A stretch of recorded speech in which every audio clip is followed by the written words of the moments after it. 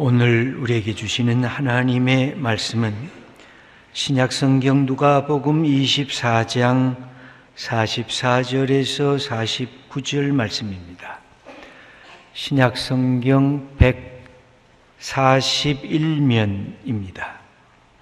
누가복음 24장 44절부터 말씀 봉독할 때 살아계신 하나님의 음성을 다 함께 들으실 수 있기를 바랍니다. 또 이르시되 내가 너희와 함께 있을 때 너희에게 말한 바 곧 모세율법과 선지자의 글과 시편의 나를 가리켜 기록된 모든 것이 이루어져야 하리라 한 말이 이것이라 하시고, 이에 그들의 마음을 열어 성경을 깨닫게 하시고, 또 이르시되 이같이 그리스도가 고난을 받고 제3일에 죽은 자 가운데서 살아날 것과 또 그의 이름으로 죄사함을 받게 하는 회개가 예루살렘에서 시작하여 모든 족속에게 전파될 것이 기록되었으니 너희는 이 모든 일의 증인이라. 볼지어다 내가 내 아버지께서 약속하신 것을 너희에게 보내리니 너희는 위로부터 능력으로 입혀질 때까지 이 성에 머물라 하시니라. 아멘. 우리는 한국 사람을 어떻게 정의할 수 있을까요?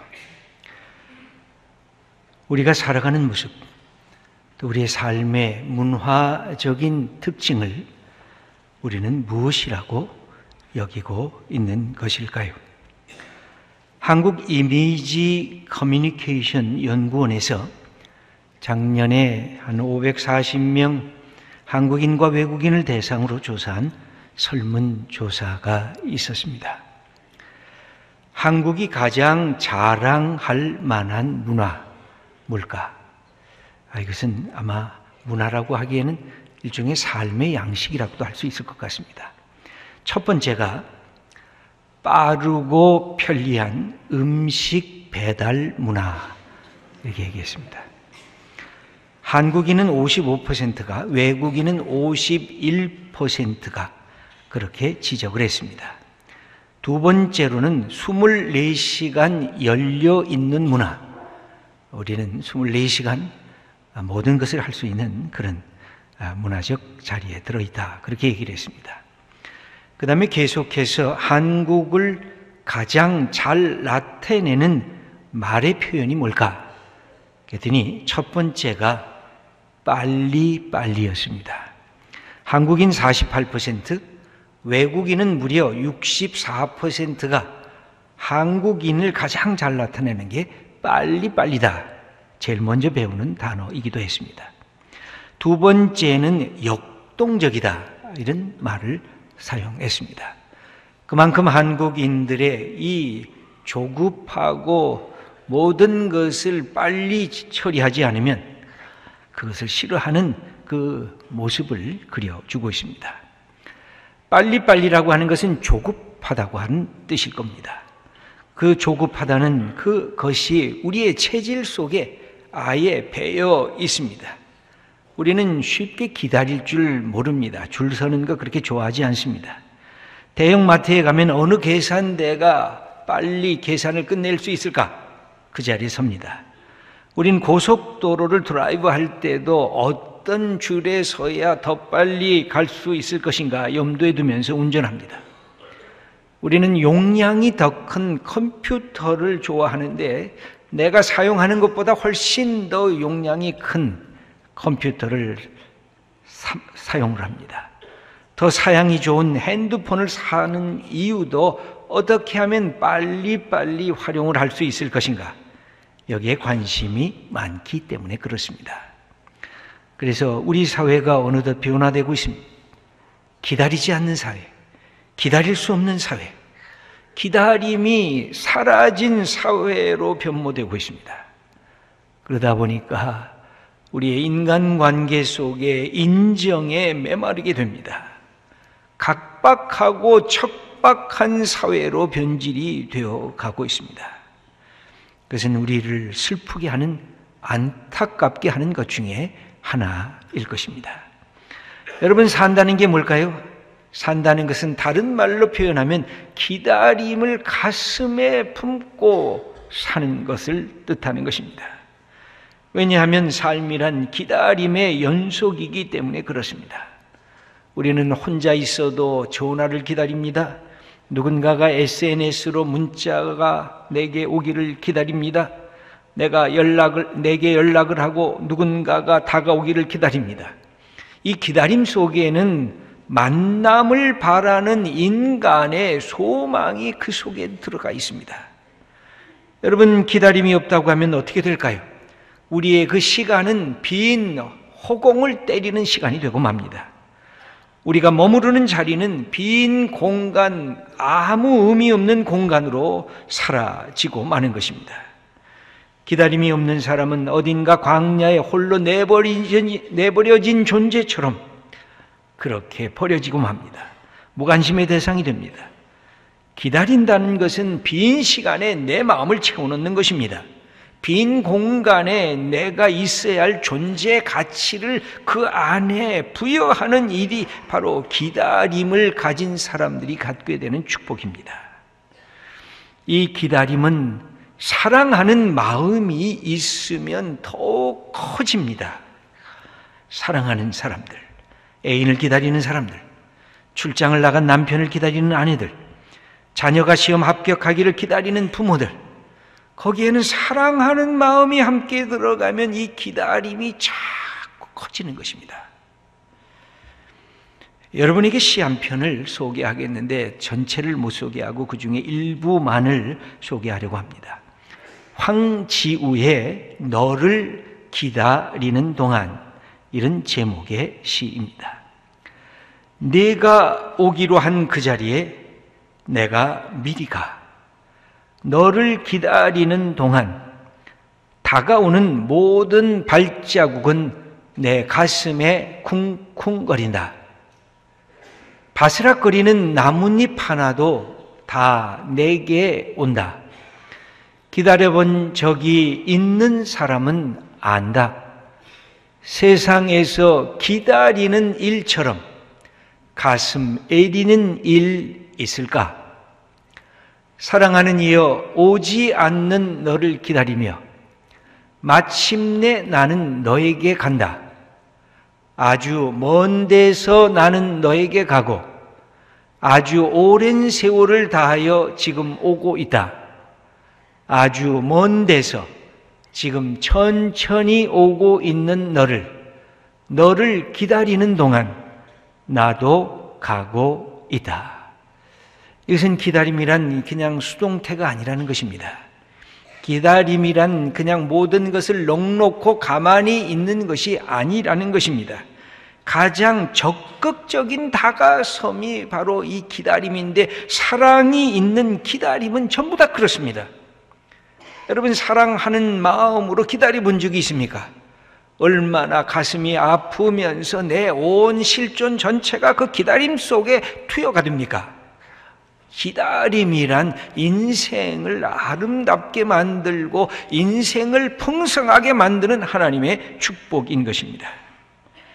그런데 우리가 성경을 읽다 보면 사랑을 지닌 이 기다림의 최고봉을 만나게 됩니다. 정말 기다림을 지니셨던 분이 계셨습니다. 바로 누구였습니까? 하나님이셨습니다. 바로 누구였습니까? 하나님이 이 땅에 보내신 예수님이셨습니다. 누구셨습니까? 예수님이 이 땅에 보내신 성령님이셨습니다. 세상적인 말로 우리가 얘기를 한다면 이 분은 다 기다림의 대가입니다. 기다림의 원천이라고 할 수가 있습니다. 오늘 성경을 보면 부활하신 예수님께서 하나님의 기다림을 갖고 그동안 기다리고 있었다는 것입니다. 내가 너희들에게 줄 선물들이 있는데 줄 수가 없었다는 것입니다. 그런데 이제는 줄 수가 있으니 기다림을 갖고 그것을 받으라. 그렇게 오늘 말씀하고 계십니다. 오늘 49절 말씀을 우리 함께 읽겠습니다. 볼지어다 내가 내 아버지께서 약속하신 것을 너희에게 보내리니 너희는 위로부터 능력으로 입혀질 때까지 이 성에 머물라 하시니라. 우리 주님께서 내가 하나님의 약속하신 것을 너에게 보낼 거다. 기다리라는 겁니다. 그전에는 이 약속을 너희에게 주어도 성취가 될 수가 없을 만큼 너희들이 무너지고 너희들이 준비가 안 됐다는 것입니다. 이제는 준비가 됐다는 것입니다. 그러므로 하나님의 기다림을 너희도 기다림으로 받으라는 것입니다. 그래서 기다림이라고 하는 것은 쌍방적인 것입니다. 결코 한 사람만 기다리는 것이 아니라 그 속에 사랑이 들어가 있으면 함께 기다리는 것이 기다림의 본질입니다. 이 말씀을 사도행전에는 다음과 같이 기록이 되어 있습니다. 사도행전 1장 4절입니다. 그들에게 분부하여 이르시되 예루살렘을 떠나지 말고 내게서 들은 바 아버지께서 약속하신 것을 기다리라. 여러분, 기독교 신앙이라는 것은 기다림의 신앙입니다. 그런데 이 기다림은 대상이 있습니다. 여러분, 우리는 막연한 것을 기다리는 것이 아닙니다. 우리의 기다림은 아주 명백합니다. 구약의 이스라엘 백성들은 명백하게 하나님을 기다렸습니다. 시편 130편 5절 말씀을 함께 읽겠습니다. 나 곧 내 영혼은 여호와를 기다리며 나는 주의 말씀을 바라는도다. 파수꾼이 아침을 기다림보다 내 영혼이 주를 더 기다리나니 참으로 파수꾼이 아침을 기다림보다 더하도다. 캄캄한 곳 속에 아무것도 볼 수 없는 자리에 파수꾼이 이 아침에 동토하는 것을 기다리는 그 기다림보다 내가 더 하나님을 기다린다는 것입니다. 하나님이 인간을 기다리시고 기다리신 것에 대한 인간의 응답이라고 할 수가 있습니다. 구약의 백성들이 하나님을 기다렸다고 한다면 신약의 성도들은 뭘 기다릴까요? 다시 오실 예수님을 기다리는 것입니다. 재림의 주님을 기다리는 것입니다. 요한계시록 성경의 맨 마지막 책인 계시록의 맨 마지막 부분에 뭐라고 하면서 이 성경이 이야기가 끝나고 있을까요?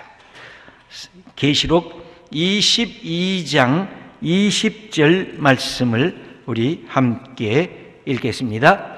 이것들을 증언하신 이가 이르시되 내가 진실로 속히 오리라 하시거늘 아멘. 주 예수여 오시옵소서. 하나님께서 예수님을 통해서 주신 말씀은 내가 이제 속히 올 거다. 그러면 기다리는 우리 믿음의 성도들은 오 예수여 속히 오시옵소서. 이게 초대교회 때부터 지금까지 우리가 기다림을 가진 믿음의 사람들이 고백하는 것입니다. 그런데 우리는 아직 역사 속에 살고 있습니다. 우리가 구약과 신약의 역사를 보면 하나님께서 구약을 통해서 메시아를 약속하고 구원을 약속했습니다. 그래서 예수 그리스도를 통해서 이 구원 약속과 메시아 약속이 성취되었습니다. 그러나 오늘 우리가 사는 이 시간은 주님의 성취를 부활을 통해서 맛보았지만 마지막 영광 속에 오실 온전한 그 구원의 역사를 아직까지 우리는 기다리고 있습니다. 그래서 역사란 하나님의 약속, 그 다음에 하나님의 성취, 그 다음에 하나님의 역사의 완성, 이 큰 역사의 흐름 속에서 우리는 성취된 예수님의 십자가와 부활을 보면서 이 완성의 날을 기다리고 있는 것입니다. 그러므로 이미 예수님의 십자가 부활을 통해서 맛본 그것을 우리가 마지막에 올 것을 우리에게 확인시켜 주시기 위해서 우리 하나님께서 우리에게 주시는 것이 있습니다. 그게 바로 성령입니다. 내가 이 약속을 마지막에 완성하리라. 그러므로 너희들은 성령을 받고 성령을 통해서 마지막에 올 이 생명의 사건, 이 부활의 사건, 이 평안의 사건, 온전한 사랑의 사건을 이 시대 속에서 경험하면서 살라. 그것이 하나님께서 성령을 우리에게 부어주신 이유인 것입니다. 새로운 차원의 시대가 열려졌다는 것입니다. 하나님의 영과 함께 사는 시대를 열겠다고 우리 주님께서 선포하고 계십니다. 여러분, 상대방에게 기다리라고 할 수 있는 사람은 누굴까요? 내가 기다리는 사람입니다. 기다림을 지닌 사람만이 상대방을 향해서 기다리라고 말을 할 수가 있습니다. 하나님이 우리를 기다리셨기에 이스라엘 백성들을 향해서 기다리라 말씀하셨습니다. 예수님이 우리를 구원하시기 위해서 그렇게 오랫동안 기다리셨기에 우리를 향해서 기다리라고 말씀하고 계신 것입니다. 그러므로 최고의 잔치를 베풀어 주겠다. 최고의 특권을 너희들에게 주겠다. 하나님의 영과 더불어 사는 임마누엘의 경험을 너희들에게 선물로 줄 테니까 기다리라고 하는 말씀인 것입니다. 이 기다림의 제자들은 성령을 받아야 할 이유가 있었습니다. 육체로 오셨던 예수님은 시간의 제약을 받았습니다. 공간의 제약을 받았습니다. 그래서 이 땅에서 떠나셔야 했습니다. 승천하시고 나서 예수님께서 주시는 것은 시간과 공간의 제약을 받지 않는 전천후적인 임재, 하나님의 영이었습니다. 너희가 땅 밑으로 들어가도, 너희가 저 하늘을 날라도, 너희가 지상에 있어도 내가 너희들의 함께 있을 수가 있다. 어제도 함께 있고 오늘도 함께 있고 내일도 함께 있을 수가 있다. 시간과 공간을 초월하는 이 우주적인 하나님의 임재를 허락해 주신 것이 성령의 역사입니다. 그러므로 여러분들이 어디서든지 성령을 불러야 됩니다.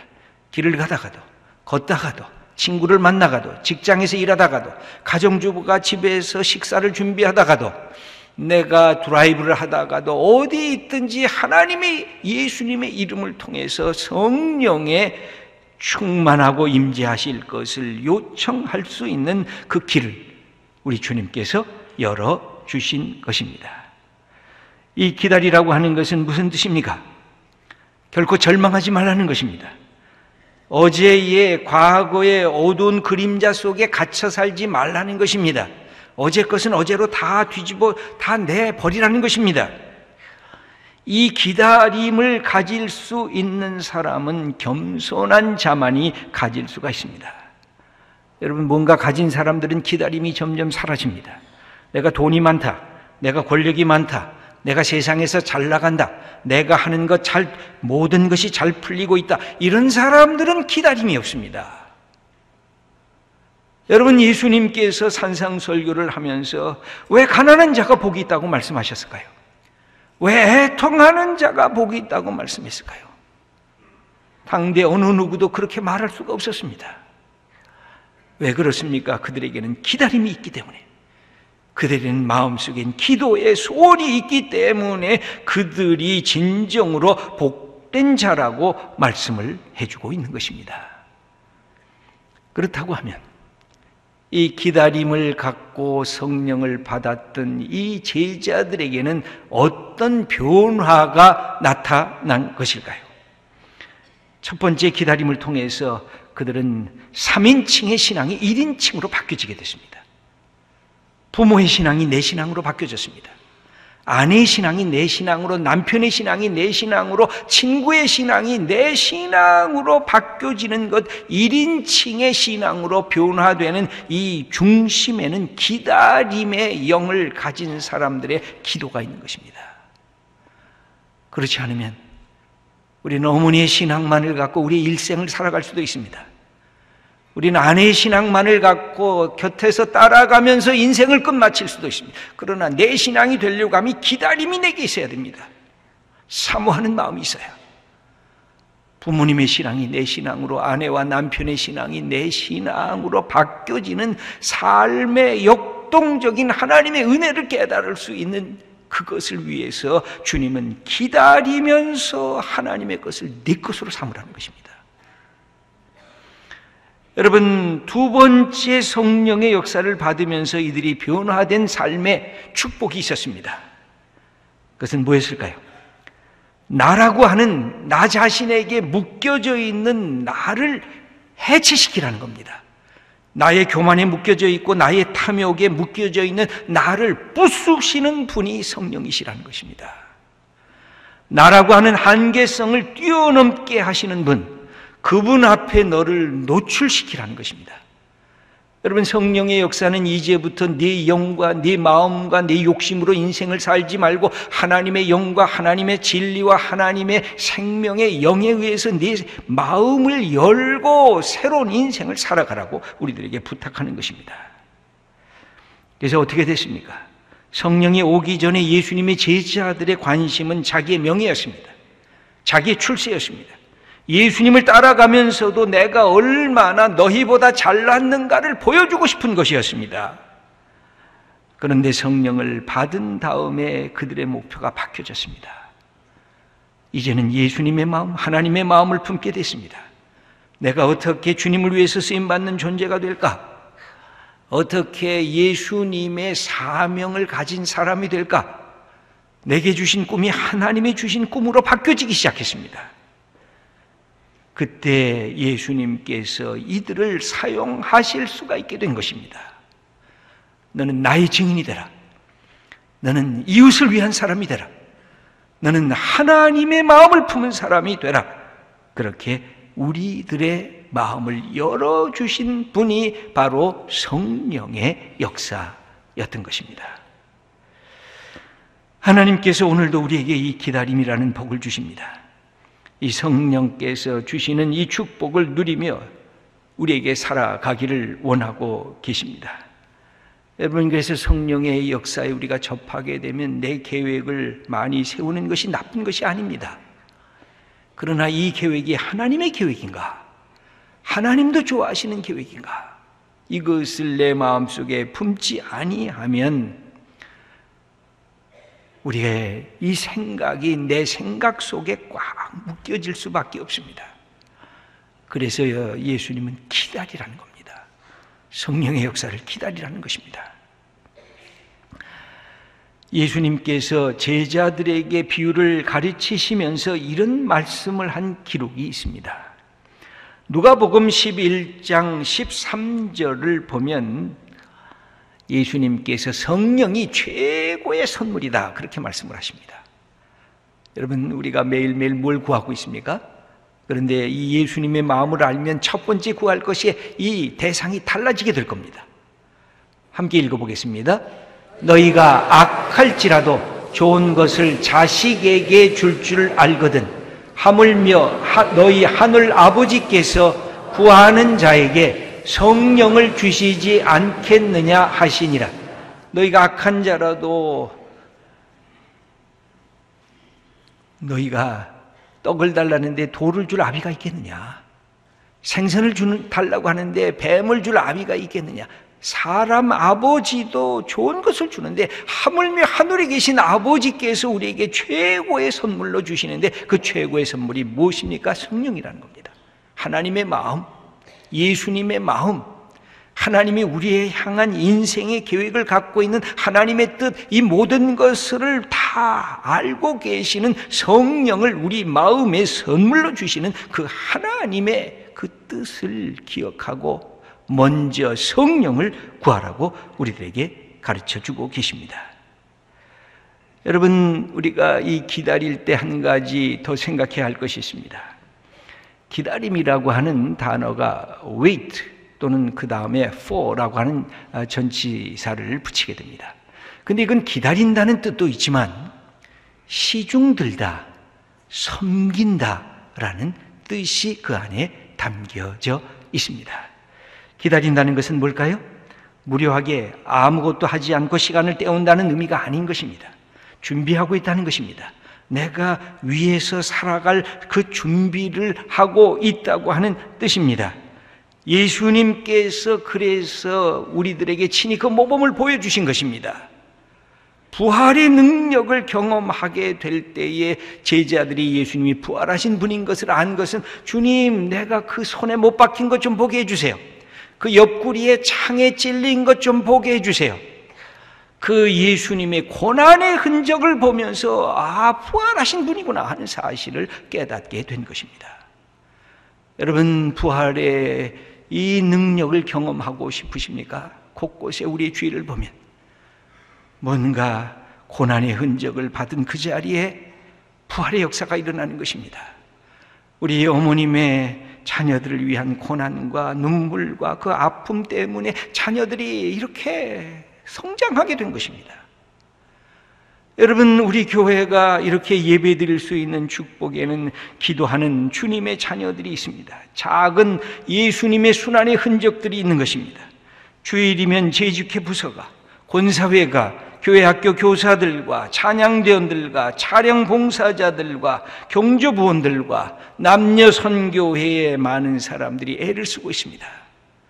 여러분, 이렇게 꽃꽂이가 아름답게 되어져 있는데 토요일이면 몇 시간 동안 이 여러분들을 이 아름답게 하나님을 찬양하는 것 함께 참여하려고 수고하고 애쓴 사람들의 그 고난의 흔적을 통해서 우리는 부활의 능력을 보는 것입니다. 이 시대가 그렇습니다. 고난의 현장, 고난의 아픔, 고난의 슬픔 속에 참여한 그런 사람들, 하나님의 사람들을 통해서 우리는 부활의 생명, 부활의 능력, 이것을 경험하는 것입니다. 누군가 수고하고 누군가 땀 흘리고 누군가 아파하고 그 속에서 나타난 하나님의 역사를 바라보는 것이 예수님께서 우리에게 찾아오시면서 내가 십자가에 달렸지만 부활한 하나님의 아들이라고 선포했던 그분을 향한 우리의 기다림의 역사인 것입니다.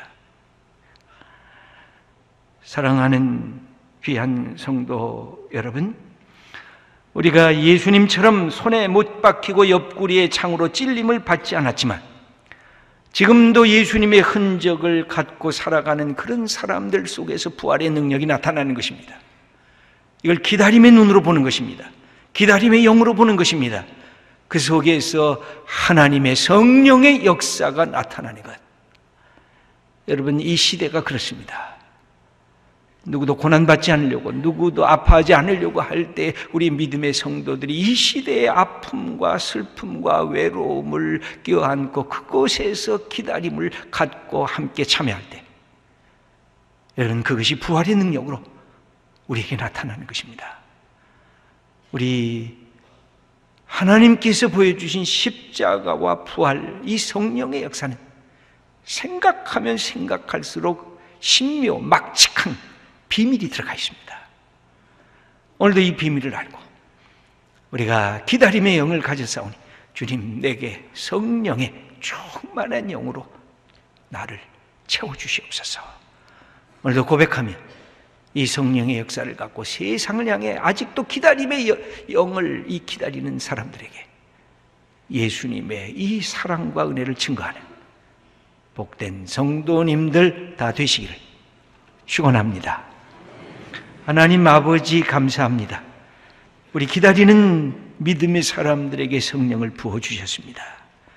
하나님, 이제는 다른 사람의 신앙이 아니라 내 신앙으로 주님을 모시게 하시고, 이제는 나만을 위한 삶이 아니라 하나님을 위하고 이웃을 위하고 먼저 하나님의 나라와 의를 구하는 우리의 믿음이 될 수 있도록 성령님께서 우리 마음 한 사람 한 사람을 주장하시고 이끌어 주시고 충만케 하시옵소서. 예수님의 이름으로 기도드립니다. 아멘.